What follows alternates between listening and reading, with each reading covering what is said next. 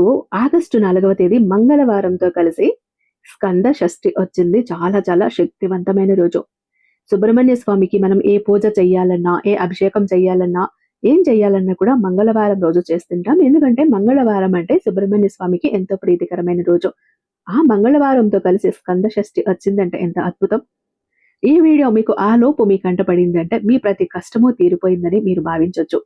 ఎందుకంటే సుబ్రహ్మణ్య స్వామి అనుగ్రహం పొందాలి అనుకున్న ప్రతి ఒక్కరూ కూడా ఈ స్కంద షష్ఠి మించిన రోజు ఇంకొక రోజు ఉండదు. ప్రతి కష్టము తీరుతుంది. అయితే ఏం చెయ్యాలి?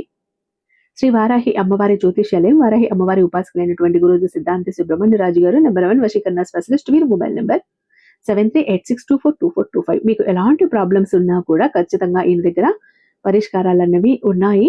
ఈయనకి 60 ఏళ్ల అనుభవం ఉంది జ్యోతిష్యం చెప్పటంలో. కాబట్టి ట్రై చేయండి, ప్రతి ఒక్క కష్టం తీరుతుంది. అయితే ఏం చెయ్యాలి మీరు ఈ రోజు అంటే గనుక, చక్కగా స్నానం చేసుకుని ఈ స్కంద షష్ఠి రోజు కుదిరితే దేవాలయానికి వెళ్ళండి. ఎర్రటి పువ్వులు, పళ్ళు స్వామివారికి సమర్పించండి. మీ కోరిక చెప్పుకోండి. చాలా మంది సంతానం కోసం బాధపడుతుంటారు. కుజ దోషం వల్ల పెళ్లిళ్లు జరగవు. అలాగే భార్యాభర్తల మధ్య గొడవలు వస్తుంటాయి.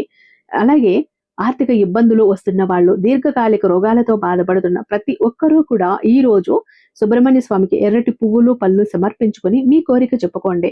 కుదిరితే మీకు ఇంకా మీరు అభిషేకాలు ఇలాంటివి కూడా చేయించారంటే స్వామివారి అనుగ్రహం ఇంకా త్వరగా మీకు దక్కుతుంది. కాబట్టి ఈ స్కంద షష్ఠిని ఎటువంటి పరిస్థితుల్లో వదులుకోవద్దు. మీ కష్టాలన్నింటినీ మీరు తీర్చేసుకోండి. ఎందుకంటే నిజాయితీగా ఉన్న భక్తుల కష్టాలను చూసి స్వామి అస్సలు ఊరుకోరు. వెంటనే ఆ కష్టాలని తీర్చేస్తారు. కాబట్టి మీరు అడగాలి. అడగంది అమ్మాయినా అన్నం పెట్టదు కదా. అలాగే మీరు అడిగితేనే భగవంతుడైనా మీ కోరిక కష్టం తీరుస్తాడు. కాబట్టి తప్పకుండా ట్రై చేయండి.